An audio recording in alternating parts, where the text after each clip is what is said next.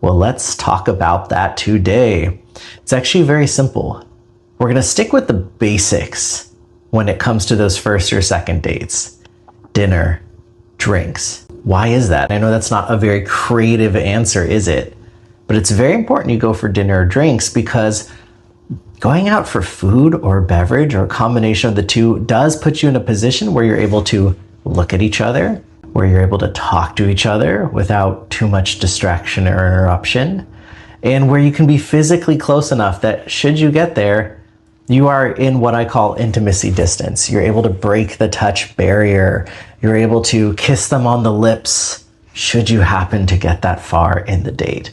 You want to be well set up for it. You want to be prepared for it, and that comes from the environment. Now, what I really don't want you guys or girls encouraging for first dates are what I call activity dates. And that is when you do literally anything that's not dinner or drink, an activity.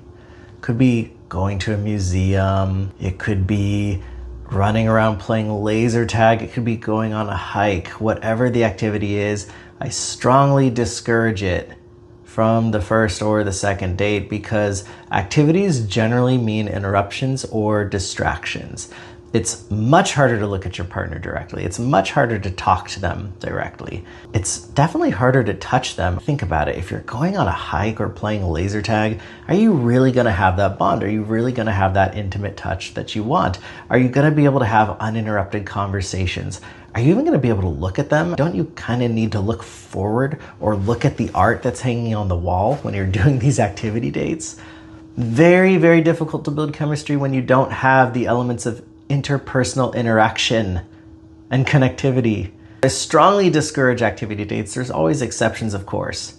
Now, I want to be clear about something. This doesn't mean that you can't incorporate activities on a first or second date in some form, but I would advise at the very least combining it with the dinner or drinks option. That way you still have the space and the situation where you can attend to them and be fully engaged and immersed. For example, perhaps you can go out for sushi for the first part of the date and then combine it with an activity date such as a walk in the park or a view at the sunset cliff right after it. The combination might prove worthwhile. During the first part of the date, you can still engage, get to know them, etc.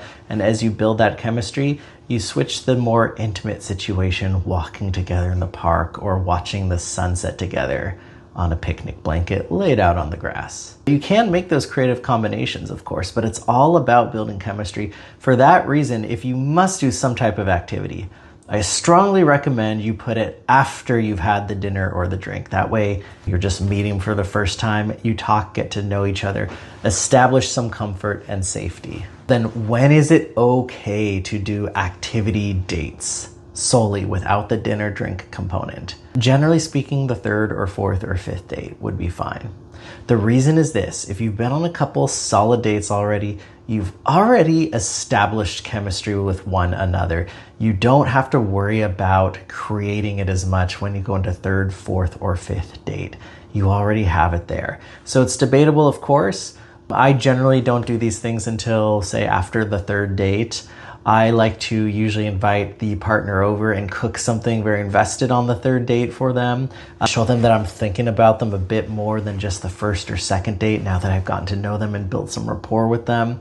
And then we start relaxing a bit more and doing these activity-based dates according to what our interests might be. I really love rock climbing, and I'm going to be comfortable taking the girl out rock climbing usually by the fourth or fifth date. The chemistry is there already. We've bridged a connection. We can relax some of the rules there and choose to do whatever we want to. In summary, the sequence of dates you go on and what you do for those dates does in fact matter quite a bit. Particularly at the beginning when you really need to establish the creation of a connection or the escalation of chemistry, you need to be put in a position where you can do so without much distraction, being able to face them directly, being able to touch them when appropriate, and of course, being able to have a conversation and get to know each other. And activity dates generally just don't allow for that. Despite the fact that they're very popular right now, I really do not recommend them.